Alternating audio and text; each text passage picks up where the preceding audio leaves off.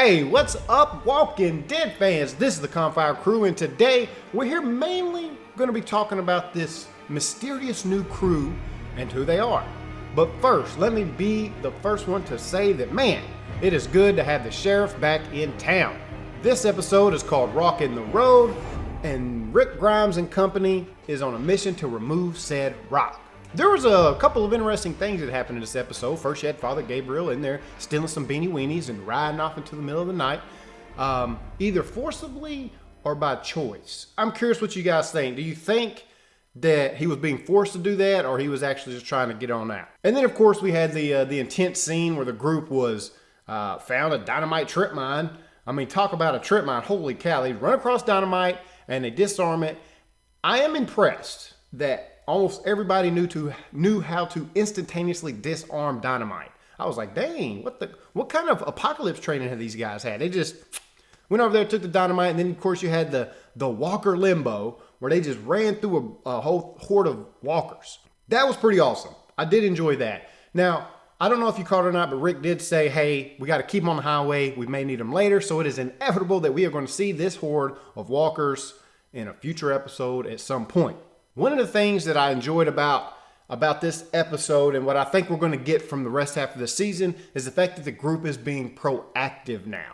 They're making decisions and they're making moves. Say what you want about the first half of the season. Some people liked it, some people hated it because they thought it was boring and you're introducing all these new groups and it was just whatever. It doesn't matter. We're about to get the payoff for all that now because now the group can jump in and out of all these groups without any explanation. We know who everybody is. And again, they're on a mission and they're rallying the troops and they're trying to get people to take down Negan. And it's exciting to see Rick just out making plays, making calls, doing what needs to be done to take down the saviors. I do want to point out that there was two funny lines that happened during this episode. The first one was when Rick's leaving the kingdom and he's trying to get Daryl to stay there. And he's just like, talk to Ezekiel or stare him into submission. And I thought it was kind of a funny little thing. And you got Daryl over there, he's always just scowling. He's mean mugging everybody. And I don't know, I got a tickle out of that. And then, of course, you didn't get to see Negan, but you got to hear Negan. You still got some of that Negan personality, and I was very appreciative of that. He comes over the radio, and he was just like, Fat Joe, Skinny Joe.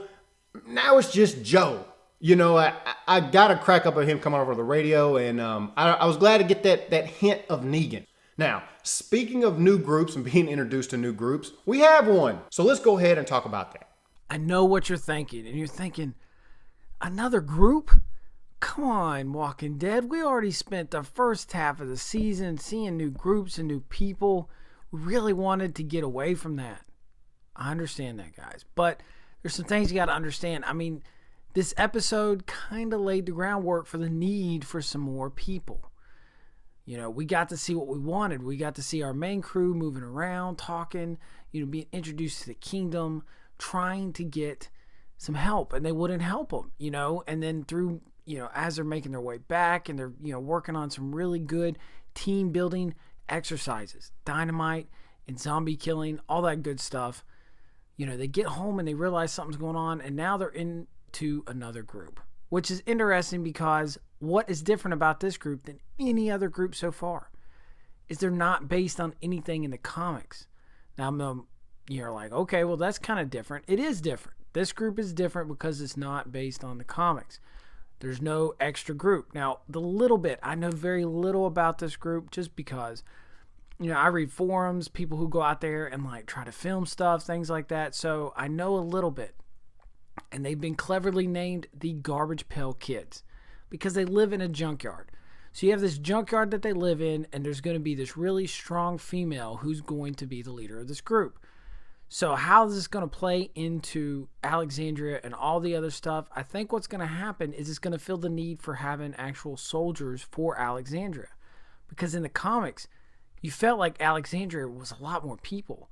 If you watch the show, it really doesn't seem like there's that many. I mean, they're getting killed off left and right. Alexandria feels like, I don't know, maybe there's maybe 25 people there. I mean, it needs to be more people. So they create another community, somehow bring them into the fold, and now you have a bigger group for Alexandria to eventually join forces with the kingdom and everyone else, and now they have an army. because something else they've done on the show, which is different. They've actually shown the scope of the Saviors. The Saviors are huge. In the comics, it didn't seem as like, oh, it's a bunch of guys. No, they are an organization, and they are huge, and it's going to be a real feat to take them down. Now, what made this moment interesting is you saw at the very end, you got this smile, this kind of clever grin from Rick, which is something you don't see very often. Rick is not a guy who's running around smiling like an idiot all the time. He very rarely does that. He smiled. What is he thinking? He's thinking, perfect. I can use these guys in some way, shape, or form. I needed an army. Here's an army surrounding me. How am I going to make this work? That's what we're going to see. We're going to see him trying to figure out a way to make this army work for him. Also, I know people were like, oh, Gabriel, you piece of crap. You freaking betrayed him. No, guys, Gabriel probably got taken. I know we saw the person in the back seat. If you didn't, go back and watch. There was a person in the back seat.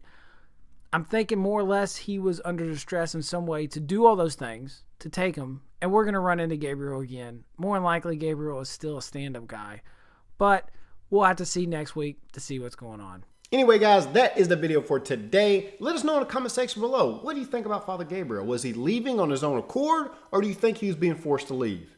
And also, we would like to know what you think about this, grungy-looking, stanky-booty group that Rick has just run across.